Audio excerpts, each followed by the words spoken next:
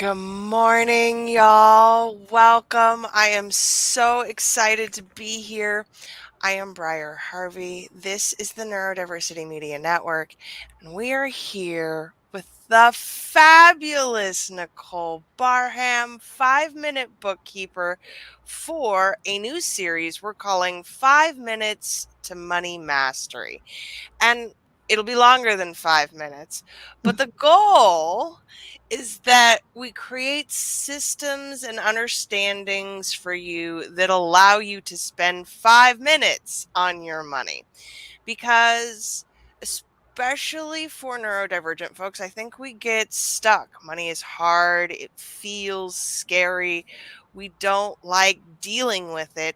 And so we want to create the structure that's going to help you feel comfortable with your money. So, Nicole, tell us about yourself. Hi, Briar. Thank you so much for having me. I'm Nicole Barham, and I created 5 Minute Bookkeeper um, a few years ago because I just saw that there were so many complex systems that were out there for people who wanted to do their finances. And they just wanted to get some simple systems and tools in place. They didn't have time to learn how to use all these different tools, 4 hour tutorials, all of that, right? And I know my neurodivergent. Why can't I say divergent? Oh, okay. Because it's 10 a.m. Good morning. Yes, yes, that is nine for you, so too. Uh, Hmm. because I know my neurodivergent folks do not have the time or just the capability of sitting through hours and hours of learning how to use a system that they really just want a simple solution for. So that's why I created 5 Minute Bookkeeper. I don't want to do my finances more than 5 minutes. I imagine most people don't want to do that longer as well. And so, yeah, that's how I started this business, and it's been amazing. Just the feedback from everyone, including I actually have a client who runs a podcast, and I do not remember the name of the podcast now, but her name is Amber Holly, and she talks only to neurodivergent populations, and she's like, "This is amazing for me. It's amazing my community for my community." She's an affiliate of mine, and she talks about 5 Minute Bookkeeper all the time because she knows what that community needs, and so she's sharing it with them. Because it's simple, easy. That's what we need. Yes. We need it to not be hard. So your background is corporate finance, right? Yeah, so it's a lot of things. I started out in accounting, working with the Jamaican government. That's where I started my career in accounting. So the love of numbers and working with numbers for a long time, straight out of high school. And then to now where I got to the corporate world. I was a compensation analyst with American Express. So all of it is numbers and systems, right? That's how my brain works. I tell people that's how my Virgo brain works. I love systems. I love step by step, right? And I find that a lot of other people love that too, right? So started out in government, went to corporate, did some work there as well, but it's very varied. I did some administration as well. So all of that though, it's just wrapped up in how my brain works, right? Systems, steps, solutions, very solution oriented. So you come to me with a problem, the first thing I'm thinking about is, okay, how are we going to find a solution? So, and corporate definitely helped me to do that as well. Bless the Virgos. We are just Yes. systematizing the whole world for you. Yes, it's just easier, right? If That's we could correct. systematize everything, life would be so much easier. Just put a bunch of Virgo first eldest daughters in charge of everything. The world would be a different Listen, place. Virgo first daughter here. Yes. Oh my goodness. So today we really wanted to pack or unpack how Mm, the money comes in, yeah. what it means, and we are not in a recession. We're in whatever this is. Yes. And it's hard out there. Everyone's struggling. Even people who are doing well and making more money are having to work harder for it. Yes. So there's a lot of there's a lot of baggage around how it's coming in and what's not coming in and how Mm, we keep track of all of that. yeah. How do we make that easier? Um, that's a perfect question for me, Briar, because that's exactly what I do, right? I feel like I'm not sure if it's because the systems and tools that are out there, or if people are just thinking because it's money, because it's finances, it has to be hard, right? Because I don't know how you grew up, but the way that I grew up, nobody talked about money, right? If they talked about it, it was about how much we don't have, about how much we can't afford. So, all of that negativity around money and finances, I'm thinking that a lot of people are thinking, it's hard. I don't want to deal with it. I don't have a lot of it anyway. And not really looking for a solution unless they get to a point where they're really like in desperate for it, right? And so I really want to teach people that it can be so simple. And you don't have to wait until you have a lot of money coming in to actually look at it, to track it, to see what's happening with it. It's actually easier when you have no money coming in to look at it and track it and see what's happening with it because it's easier Yeah. math. Yes, for sure. It's not a lot coming in, it's not a lot going out, maybe.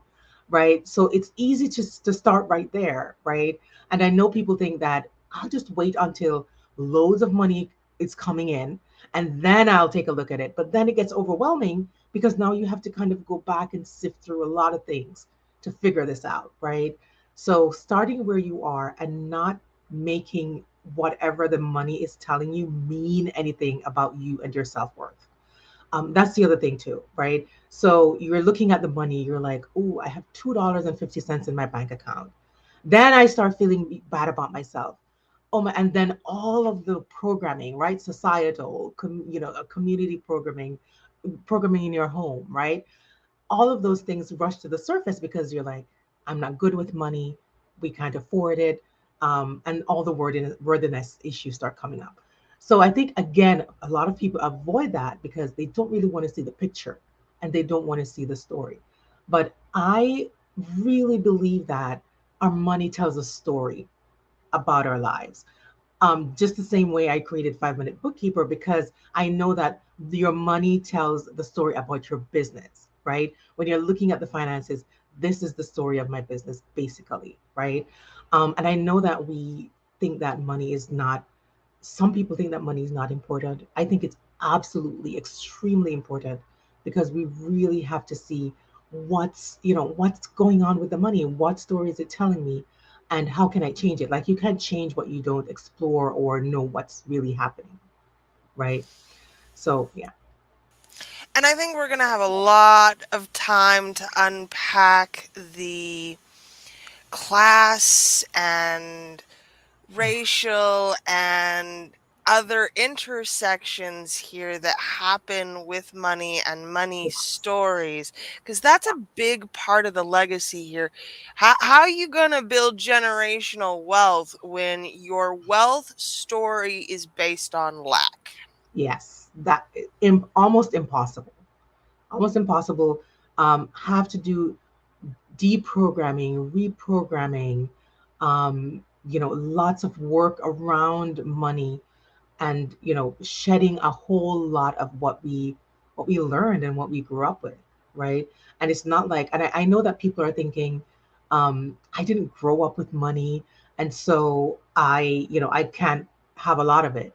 But the thing is, that's not the reason why we can't have a lot of money, right? It's the other things that happen within our homes, societies. um, Again, as you mentioned, if you are a Black person, your net worth is already predetermined to be a fraction of somebody, of a white person or a white family, right?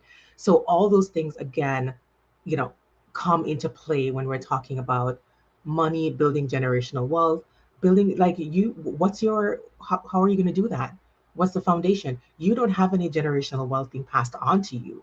How are you now going to start this? You're the person who's starting this generational wealth journey, right? And if you're in those groups of people that are um, usually not wealthy, usually do not have generational wealth, it's an uphill battle. Not that it's not possible, but it's definitely not as easy as some others might have it. Yeah. And I think the biggest issue here is avoidance, that Yes. we aren't looking at what's coming in at all because we are so afraid of it that it is easier to just pretend that it doesn't exist. And y'all, I'm speaking from Yeah. deep personal experience here. For Yeah. years, I just pretended like it didn't exist, Yeah. and it hurt my finances, my family finances, certainly my business's finances. Yeah. It's an uphill battle. Yeah. So, obviously, the whole point of 5 Minute Bookkeeper is that it's a daily activity, right? Yes. We do this consciously, mindfully. What do we need to be able to do to get ourselves to that place? So, um, sometimes some financial advice that you would receive is work on your mindset, and then you start working on managing your finances or looking or budgeting or whatever it is. I have found, and this might be unconventional, this might work for some people, it might not work for others. I have found that since money is happening now, like you're literally using money to every single day almost, right? Sometimes you're, waiting until you have the mindset to focus on the money is kind of doing it backwards. So I Mhm. say, how sometimes people talk about if you want to start a new habit, right? Like I wanted to start moving my body more on a daily basis. You know what I did, Briar? I literally got up and started walking outside. I put my sneakers on and I went downstairs and I walked around the block one time, right? The same thing is what I found with finances, working with clients for the past, well, created 5 Minute Bookkeeper 3 years ago, and then working with clients about 4 or 5 years. I have found that when we start doing something with the finances, with the money, start actually opening, and you can do this on your own, opening a little spreadsheet. And don't be scared of spreadsheets. They're not going to bite you, right? They're really, really helpful. And just open and start looking at the numbers and writing them down. Get a book, get a composition notebook, right? And start doing it's not going to feel great. Let me tell you.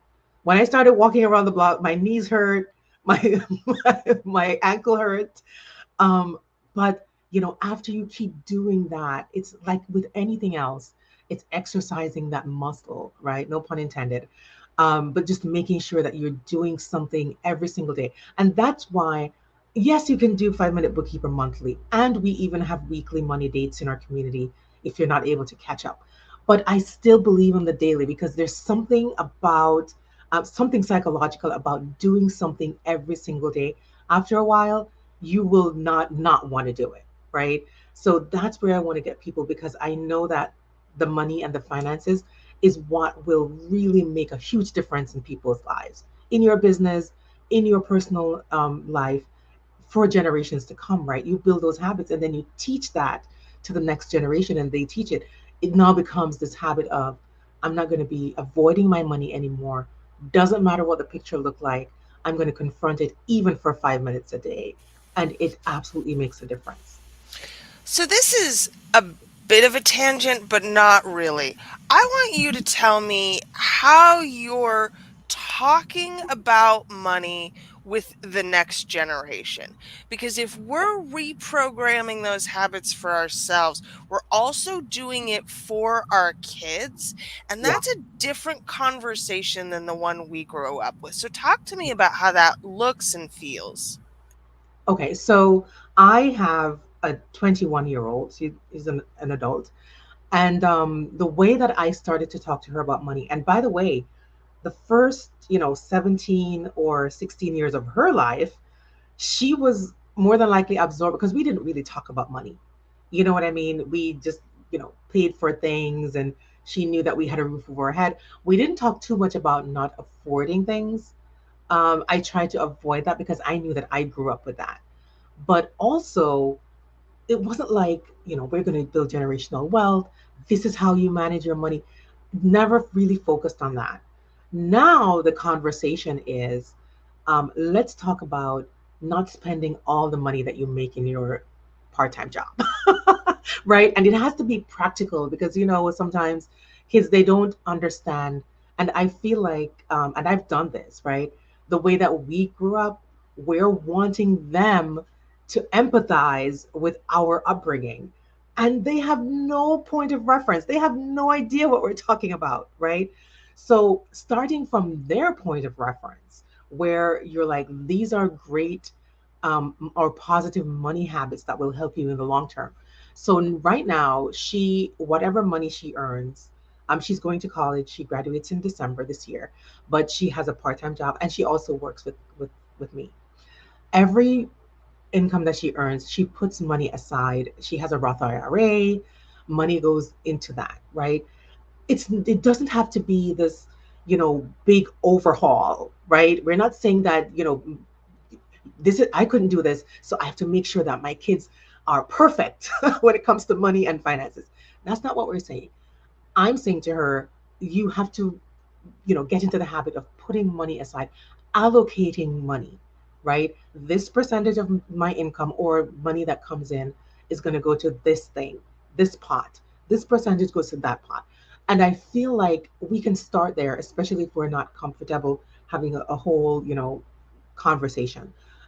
Again, I love the bite-sized, step-by-step, small habits, then yield big positive results. But yeah, do not dump all of your money things onto your kids. And now it's kind of repelling, like, oh my God, I don't want to talk about money anymore. I don't want to talk about saving anymore. I don't want to talk, I don't want to talk about investing anymore. Just like little conversations. And I'm telling you, they make a huge, huge difference. So, our approach has been we do not we've not focused on saving for her, which I recognize we've been doing it on the back end. Mm, So my oldest is 22, lives at home, has a full-time job. We make her pay bills yeah, very deliberately, intentionally. She gives us money for rent and utilities and yeah, those things, and the money goes away. Now we are saving that for her on the back end. right. So she's getting that cushion, but I want her to experience, because she is autistic, that the money goes away and we pay for the things that build a life. Yes. So, Absolutely. And this the same thing with my daughter. She is in college and we are not paying for everything, right? We could afford to, but we wanted to teach her that you want to earn your own money, figure out a way to do that. And she was only working, I think, 5 hours or 10 hours a week or something like that, right? Just that, interacting with other people, working in a work environment, right? Having those skills because we can't protect you and have you in this cocoon forever, right? You're gonna have to go out there. You're gonna have to interact with other people, and so learning how to work with others, learning how to earn your own money, learning how to pay bills. So we pay her rent while she's at college, but she pays for everything else. We're like, you have to do your own food if you want to, entertainment, all of that, where you take care of that, we'll take care of the big bill, right? Again, giving them some form of responsibility so that they do not expect that, all, parents are going to be taking care of them forever. And now, if they get to the point where they have to do it themselves, they have no clue what to do, right? So, yeah, for sure, helping our kids, and however we want to do that, right? There's no right or wrong way, as long as you're walking in a positive direction, right? And just teaching them money skills that will last for a long time, right? Then, they don't have to, if you say, I don't really talk a lot about savings with her, but I do say you want to invest because I know that over a certain number of years, her Roth IRA, based on historical data, she's going to have quite a bit of money in that account, right? So just things like that. We just focus on a few different things, but not like, you know, giving them the whole thing all at once and overwhelming them. Well, because I think that's the part that is so, it's not always the case, but I feel as though a lot of, especially neurodivergent folks, have a lot of early trauma and Yes. familial difficulties with and around money. So we are forced into the deep end at a very young age and then have to learn how to navigate all of this crap all on our own. Yes. And because of that systemic issue, it makes money very difficult for us to process and to have a conversation about within marriages or Mhm. relationships, much less with our children. Yes. So, how do we have those conversations about money with ourselves? Yeah. So, full disclosure, I am not an expert when it comes to neurodiversity and how the brain works, right? When it comes to talking about certain topics, and money is absolutely one of them. But I also know that sometimes it's, again, as I mentioned earlier, it's making these little steps, right? It's deciding that, okay, I'm not going to, because I know sometimes we can feel like just even thinking about doing that can be overwhelming, right? And so, are there ways that you are able to communicate that feels comfortable to you? It might feel really comfortable not communicating about it, right? But are you somebody who prefers to write things down, send a short email, or do you prefer to talk to your, when you're communicating, what's your best mode of communication? I have an autistic son. You mentioned your autistic daughter. And so his way of communicating is not communicating at all, right? Unless it's like a really something that's really happening with him and he really needs it now and it's like hurting him or something and he really needs to get your attention, but he would prefer not to communicate, right? And so I know how that is when it comes to, what, it's easier not to communicate than, try to do this thing that I fitting myself into this box, or fitting a square peg into a round hole kind of thing, right? And of course, the round hole is the general population's way of doing things. And then now here you come and you're like, I can't do that. Like, that's not how my brain works. That's not how I operate. And so, how do you communicate best, right? However you communicate, that's how you want to. Do you want to write on a piece of paper and leave it on the counter for your kids? Do you want to send an email? Do you want to have, quick, short conversations? Do you need? There's a little card deck that I discovered recently called Talking Points. I don't know if you heard about that prior, but it's like little cards. It's like conversation starters, right? Do you need something to like start the conversation so you can keep it going? And so, do you need prompts? Do you need to write stuff down that will help you to start the conversation? So the way that you communicate is the way that you communicate, and I'm not saying change the way you communicate, just fit the conversation into the way that you communicate. And I'm almost sure that your kids, because they're already used to you communicating the way you do, right? So I'm sure that your kids will be receptive and they will understand. It's just getting the message to them. You don't have to, there's no perfect way to do it, as long as they get the message. And I think that that is part of how we help ourselves in this process too. Like, talking about it is what got us here, or not Yes. talking about it is what Right. got us here. So, Yeah. being able to build in those frameworks around having clear, honest communication Yeah. about our money is what helps it start to feel different. For sure. We're unshaming it. Yeah. So, how are we processing things then?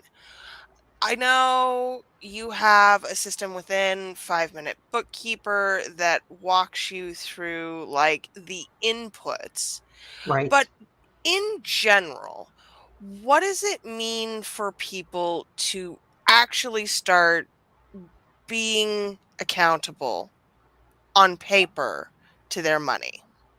Yeah. Okay. So, um, for some people, it's just a matter of doing it, right? The night I love the Nike commercial or the tagline, just do it, right? Um, and I so believe in that. For yourself first, right? You have to start doing, creating the habit for it, because of course you're not able to communicate anything to anyone else unless you've done the work yourself, unless you're at a point where you feel like, I mean, you could, but it's not as authentic as, doing the work, doing this for yourself, seeing the results, and saying, you know what, this is what I've been doing, this is how it's been working, right? I have systems in 5 Minute Bookkeeper that says, okay, this is the video that you watch first, this is the thing that you do first. And I feel like, that's just how I would start the conversation, just step by step. That really works for a lot of people, whether they're neurodivergent or not. Just getting to the point where, you're like, okay, let's take this first step, and let's take the second step. I'm just thinking about my son. So he does speech therapy, right? And he has like different, his speech therapist.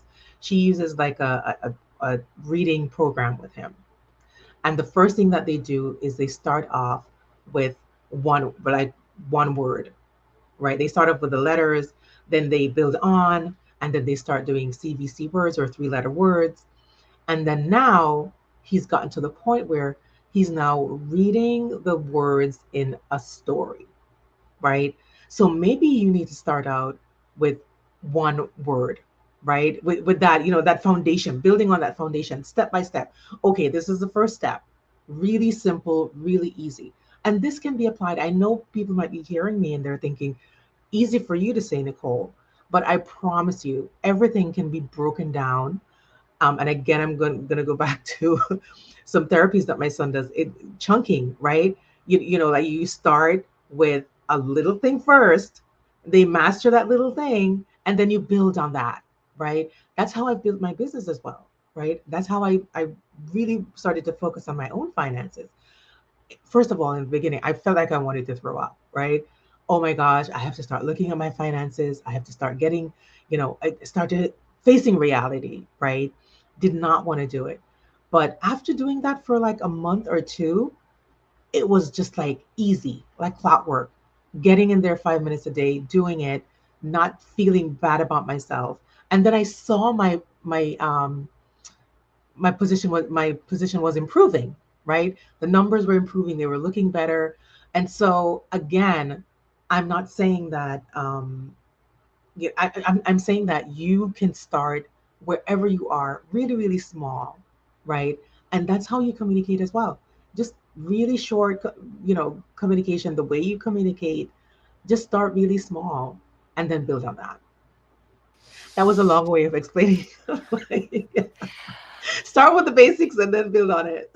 And to be clear, y'all, If you need a foundation, we are obviously recommending that you go and purchase 5 Minute Bookkeeper, which you can Thank grab you. my affiliate link at briarharvey.com/5, the number 5, MBK, and I'll drop the link in the show notes. But what we want you to understand is that these are foundational habits. It's not just about the tool, it's about the practices. Yes. And habits are hard when you are neurodivergent. So we like to think about things as rituals instead. And part of that, I think, with money is that when you ritualize it, you change your relationship to it. Now, this is probably a little wooey, but I think money likes to be wooed. And I think money likes to be admired and petted and Yes. like talk nice to your money, baby. Yes. How do we do those things in a way that allows us to, especially when the balance is bad, Hmm. how do we help ourselves continue to have a positive relationship with the money? Great question. And I feel like this is where a lot of people get stuck, right? This is where people are like, easy for you to say, Nicole, you have built a multiple six-figure business. You know, all of the things that it would look like somebody who's telling you to do this have already quote unquote arrived, right? But I was exactly there, Briar. I remember when I used to do my numbers and used to see that we were not going to be able to make the rent and literally had to borrow money from my mom or my sister to cover. So definitely in the red, right? So the point I'm making is it doesn't have to look pretty for you to look at it, right? If you know that you're in the red and you're still looking at it, maybe you'll have an idea of how do I get out of this? How do I have a temporary solution? Maybe you have to borrow from someone instead of having your check bounce and your bank charging you money. Maybe you're able to borrow from someone else, right? They're both not quote unquote great, but it's better to borrow, right? Than having your checks bounce all over the place. By the time your paycheck gets to the bank, then they take out all these fees, right? It's not, I wouldn't say positive or negative situation, but it's what's the better situation? You might have a zero interest loan from a family member. You don't have to pay all these fees, right? So that's how I looked at it because I was really able to cover my bills. Yes, I owed somebody else, but I didn't have all this checks weren't bouncing, my vendor, not vendors, too business minded. My payees weren't like calling me on the phone, telling me that I bounced checks. Now I have to pay them a fee as well. You see what I mean? So it's not pretty, but the solution, you have like a better solution to getting the picture to look a little bit better, right? And so, and we did that for months, like sometimes months in a row. My sister would tell you right now, sometimes when she looks in her checkbook, like a while back, every check that she wrote was in my name, right? And so I'm like, the picture was not pretty, right? But I definitely was able to find solutions that worked at the time. And I didn't love the solutions, but they were better solutions than other things that would have happened if I was otherwise not paying attention. And I think so much of this has, especially for people who are marginalized, real implications. When the money is bad, it's almost always desperate. Yes, And the solutions are bad. And rather than really taking time to assess what is humbling, people will fall into payday loans or right, there are so many truly horrific financial habits that yes, happen because we're unwilling to have the conversation with our money and about our money. for sure. So, we obviously, as a network, have many shows that will talk to you about building a business and getting into those places where the money is better. Hmm. But I think that there's something here about the lack of awareness truly impacting what we're spending. And we're going Yeah, to talk about that one next week, but also knowing how to build what we have coming in. right, Can you talk a little bit about how that works? That knowing the numbers means we can build better. right, for sure. So, knowing the numbers tells a story of your business or your life, however you're doing it, but it also helps you to strategize, right? So, let's talk about, say you're running a business and you're looking at your numbers, you're tracking your numbers, you see what's happening with your money, and you'd like to scale, right? Scaling might include hiring more people, right? It might include running ads. It might include employing a marketing team or an agency, right? How will you afford that? Are you making enough money to be able to cover all these, different expenses? Because when you're scaling, 9 times out of 10, you have to actually put the systems and people in place before you actually start seeing the results, the more money, the more clients, whatever, right? So, being able to take a look at your finances, right? Having that picture of where you are and then deciding where you want to go and how you're going to get there. Your numbers are absolutely telling. Like if you do this in a vacuum, I can tell you right now, you'll be firing people or just not being able to pay the people that you're hiring. You'll be ending with the marketing people. Like you're, if you're not taking a really, unless you have like a ton of money coming in, all this extra cash, which is not a lot of businesses, right?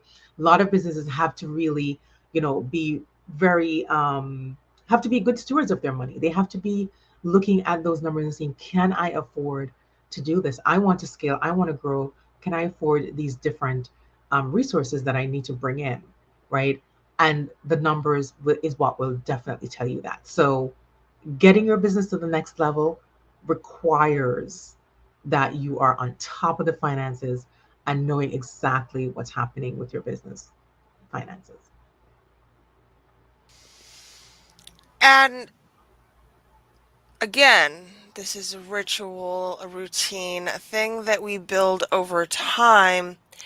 How do we help the business by having this awareness? So we see what's coming in and we have like actual clarity around what we can spend. Right. But how does the business as an entity benefit from an awareness of its numbers? Oh my goodness, it's longevity, right? It's it's I spoke about this recently where I I filed bankruptcy 7 years ago. And I believe that if I was paying more attention to my business finances, I probably would not have filed bankruptcy, or I would have stopped, pivoted or ended that business or made a different decision if I was able to look at my numbers.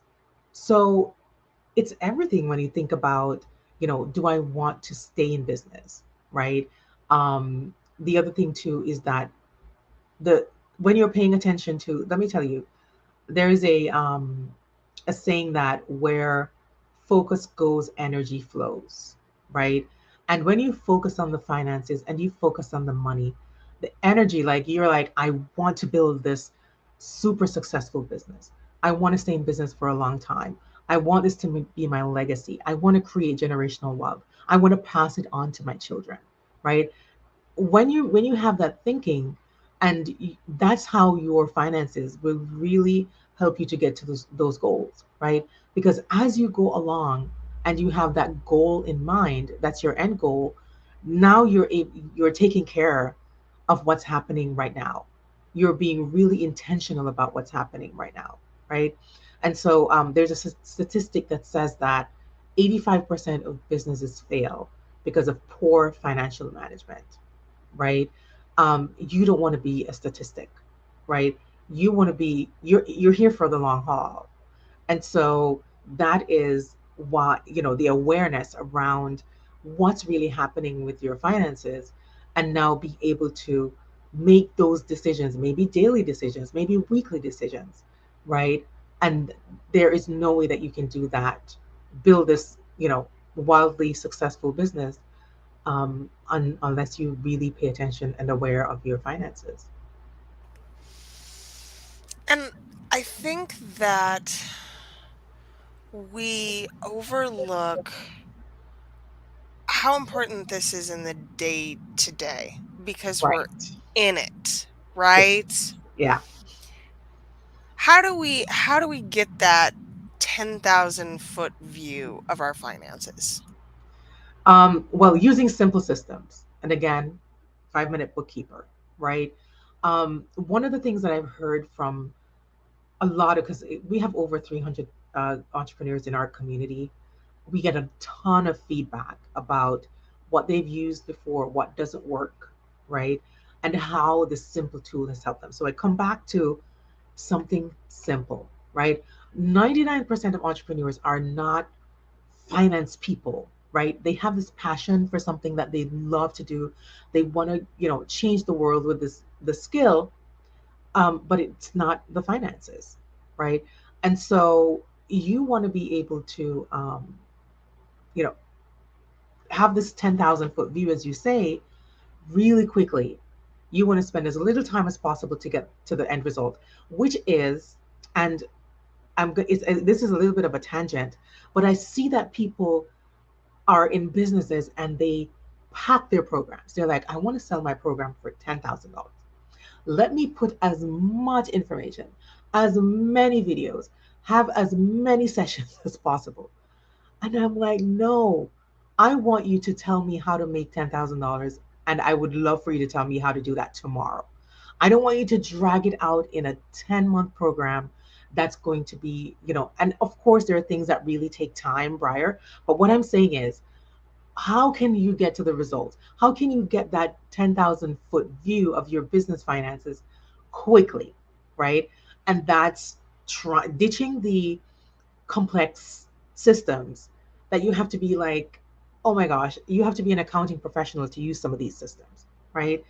Get something really simple where my clients are like, I did a whole year of my bookkeeping in less than an hour, right? Now, do not leave it the whole year of your bookkeeping. This is an example, right? But what I'm saying is, when you're able to have something quick, easy, and you're like, give me 15 minutes, let me just make this update and see what's happening. That the result is when the result is that quick, you just make sure that you use really simple, really fast systems that give you quick results so that you can see what's happening and you don't have to be like tearing your hair out and fighting with these other systems that just, sometimes you just get overwhelmed and you give up. So simple systems that are easy to use is one of the best solutions for that. So, I guarantee you, at some point in time, Hmm. someone will listen to this who has been ignoring their finances for years. Yes. Not not days, not weeks, not months, years. Yeah.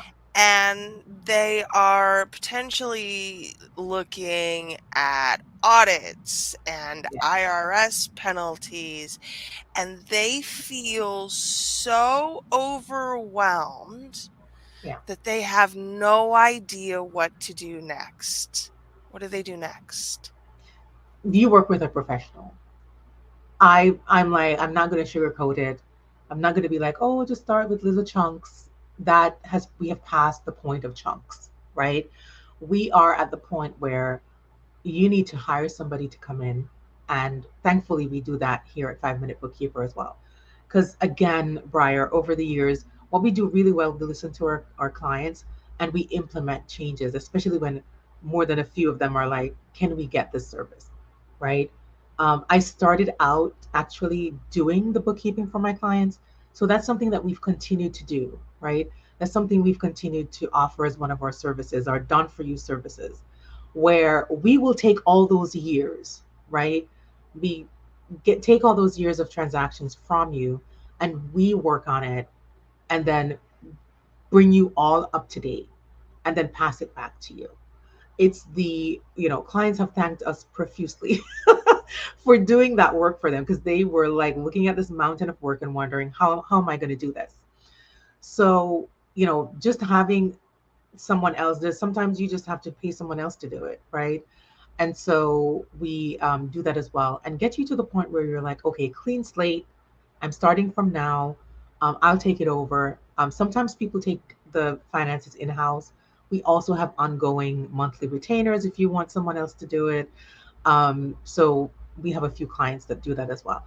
But just wanting my goal, Briar, is to have this solution where I'm not going to turn you away unless it's something that I really can is not within our the services that we offer. Like we don't do taxes, right? A lot of people come to us for taxes. We're like, we don't do that, but we have an amazing network of tax professionals that we can refer you to, right? But if we do that, if we do what you need, if we you need your bookkeeping for yours to be updated, we definitely help you in that area. So again, we make it easy for you because we want to make this as easy as possible, and we want to get you to the results fast. So these things we have done years of bookkeeping over like a week, a couple weeks, um, and clients are really really happy about that because it would have probably taken them months. And I think that's, if I can teach you anything here, it is that sometimes we got to ask for help. And Yes, if the money is hard, then you need to. The money is hard because we lack skill, because money is a skill. yes, So we have to be able to hand that to somebody else to support us in making things work. yes. How do we let go of our attachment to this? Yeah. So how do we let go of the attachment to money or To having to manage the money because clearly we are personally flawed in some way if we mm, cannot, right? That right. it's the shame piece. And I think it's so intrinsically connected that I am bad at money and therefore I deserve to suffer Yes. with this poorly managed system. Yes. Um, I totally get it. I've been there. Some of my clients have been there. You have to start seeing yourself differently. And this is where I recommend other programs where you work on healing any trauma you may have around money, changing the way that you look at money. In the coaching industry, there is a phrase that they say, "What are you making this mean?" Right? What is that? Because everybody has a different story, right? Some of us maybe may have similar stories, but everybody has a similar story, a different outlook, right? And so the way that you're looking at a situation is not the way that someone else looks at it, right? We might be looking at uh, the same disastrous situation. You're like, I don't have any money, I'm in the red, all kinds of thoughts are coming up. I'm not good with money, this is why I never have money. And so somebody else might be looking at this and be like, so this is what we're working with, what's the solution? Right, while someone else might be thinking this is a disaster, there's no solution. I don't know, there's nothing I can do about it. And so a lot of the changes that I've made personally and some of my clients have made is, and I'm not a professional when it comes to money mindset or healing, any kind of healing around money trauma. So, but I'm just telling you from my personal experience, right? So have looked at their and have looked at our money and say, how can I find a solution? Again, the Virgo in me is like, okay, what's this? This is the problem. What's the solution? And using my logical mind to find a solution to, and it usually comes, right? Again, we might be talking to a population of people who are like, listen, that's so easy for you to do, right? And, I can't do that. But I absolutely would recommend that apart from starting the really, small habits and or rituals that you mentioned, Briar, is that you start either listening to podcasts, reading books, right? And maybe seeing a professional, right? Or there a lot of professionals have podcasts, and we can probably get a list of them, Briar, where you can literally start shifting your mind. So you don't have to find money now to go pay somebody, but you can Right. use these books and podcasts to start shifting the way that you think about money or think about your situation, right? And we'll definitely include that whole compilation in the masterclass because I think there's a lot out there that will start you if you have truly nothing to work with, all Right. the way up to this is what you should be doing with your money so that you can make more money. Yes. And it's always about understanding what the right investment is for the right stage of money growth. And I Yes. think that's really a place where people get stuck. So, when should people not spend money on financial growth? What does Um, that actually look like?